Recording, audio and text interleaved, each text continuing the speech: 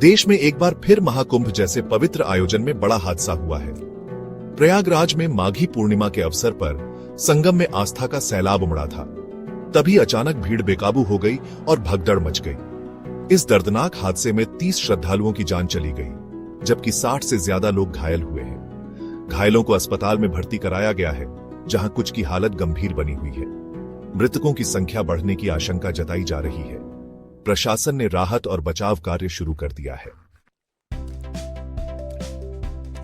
मंगलवार देर रात से ही संगम में आस्था का सैलाब उमड़ना शुरू हो गया था। श्रद्धालुओं की भारी भीड़ अमृत स्नान के लिए रात करीब 7:30 बजे से ही संगम नोच पर जमा होने लगी थी। देखते ही देखते यह भीड़ एक विशाल जनसैलाब में तब्दील हो गई। बुधवार तड़के 2 बजे तक संगम नोच पर लाखों की संख्या में श्रद्धालु मौजूद थे। हर तरफ बस श्रद्धालु ही श्रद्धालु नजर आ रहे थे। ऐसे में भीड़ को नियंत्रित करना प्रशासन के लिए मुश्किल हो गया था। देखते ही देखते स्थिति इतनी भयावह हो गई कि लोग एक दूसरे पर गिरने लगे। चीख पुकार मच गई। लोग जान बचाने के लिए इधर उधर भागने लगे। मंगलवार देर रात से ही संगम नोच पर श्रद्धालुओं की भारी भीड़ जमा होने लगी थी।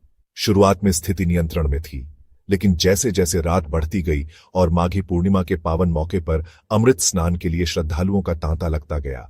भीड़ इतनी बराच गई कि देखते ही देखते पूरा इलाका श्रद्धालुओं से खचाखच भर गया। लगभग सुबह 2 बजे के आसपास कुछ श्रद्धालु जो स्नान कर चुके थे बाहर निकलने की कोशिश कर रहे थे, लेकिन भीड़ इतनी ज्यादा थी कि बाहर निकलने का रास्ता ही नहीं बच रहा था। जैसे ही कुछ लोग बाहर निकलने के लिए आगे बढ़े तो पीछे से आ रही भीड़ के दबाव के कारण यह हादसा हुआ। इस हादसे को लेकर प्रत्यक्षदर्शियों ने बताया कि भगदड़ की शुरुआत उस समय हुई जब कुछ श्रद्धालु संगम नोच पर एक पंडाल के पास इकट्ठा हो गए। अचानक किसी ने अफवाह फैला दी कि पंडाल गिर रहा है। यह सुनते ही वहां भगदड़ मच गई और लोग इधर उधर भागने लगे। इस दौरान कई लोग गिर गए और भगदड़ में कुचल गए। प्रत्यक्षदर्शियों के अनुसार पुलिस और प्रशासन के पास भीड़ को नियंत्रित करने के लिए पर्याप्त इंतजाम नहीं थे। इस दर्दनाक हादसे के बाद कुछ समय के लिए अमृत स्नान रोक दिया गया था, लेकिन बाद में दोपहर में इसे फिर से शुरू कर दिया गया। हालांकि हादसे के बाद सुरक्षा व्यवस्था कड़ी कर दी गई थी। इसके बावजूद संगम और गंगा नदी के अन्य घाटों पर श्रद्धालुओं की भीड़ लगातार बनी रही। महाकुंभ डीआईजी वैभव कृष्ण ने शाम को एक प्रेस कॉन्फ्रेंस कर इस हादसे की जानकारी दी। उन्होंने बताया कि भीड़ के दबाव के कारण यह हादसा हुआ। भीड़ ने बैरिकेडिंग तोड़ दी और दूसरी तरफ घुस गई, जिससे वहां मौजूद लोग कुचल गए। 90 से ज्यादा घायलों को अस्पताल पहुंचाया गया, जिनमें से 30 की मौत हो गई। डीआईजी कृष्ण ने बताया कि 25 मृतकों की पहचान कर ली गई है। इनमें से 4 कर्नाटक के, 1 असम और 1 गुजरात का रहने वाला था। बाकी मृतकों की पहचान की जा रही है। चैप्टर 7 बैरिकेडिंग टूटने से हुआ हादसा। डीआईजी कृष्ण ने बताया कि मेला क्षेत्र और अखाड़ों में भीड़ को नियंत्रित करने के लिए बैरिकेडिंग की गई थी, लेकिन भीड़ के अत्यधिक दबाव के कारण यह बैरिकेडिंग टूट गई। जैसे ही बैरिकेडिंग टूटी, लोग ब्रह्म मुहूर्त में पवित्र स्नान करने के लिए इंतजार कर रहे लोगों पर गिर पड़े।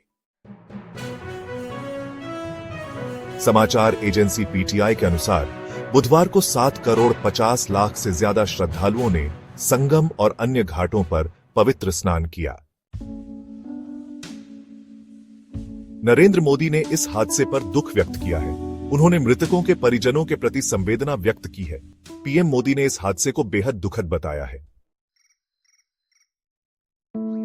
उत्तर प्रदेश के मुख्यमंत्री योगी आदित्यनाथ ने इस हादसे की जांच के लिए 3 सदस्यीय न्यायिक आयोग के गठन का ऐलान किया है।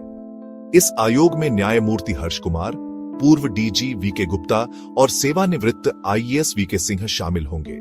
सीएम योगी ने मृतकों के परिजनों को 25-25 लाख रुपए की आर्थिक सहायता का भी ऐलान किया है। एक बार फिर देश ने आस्था के नाम पर बड़ा हादसा देखा है।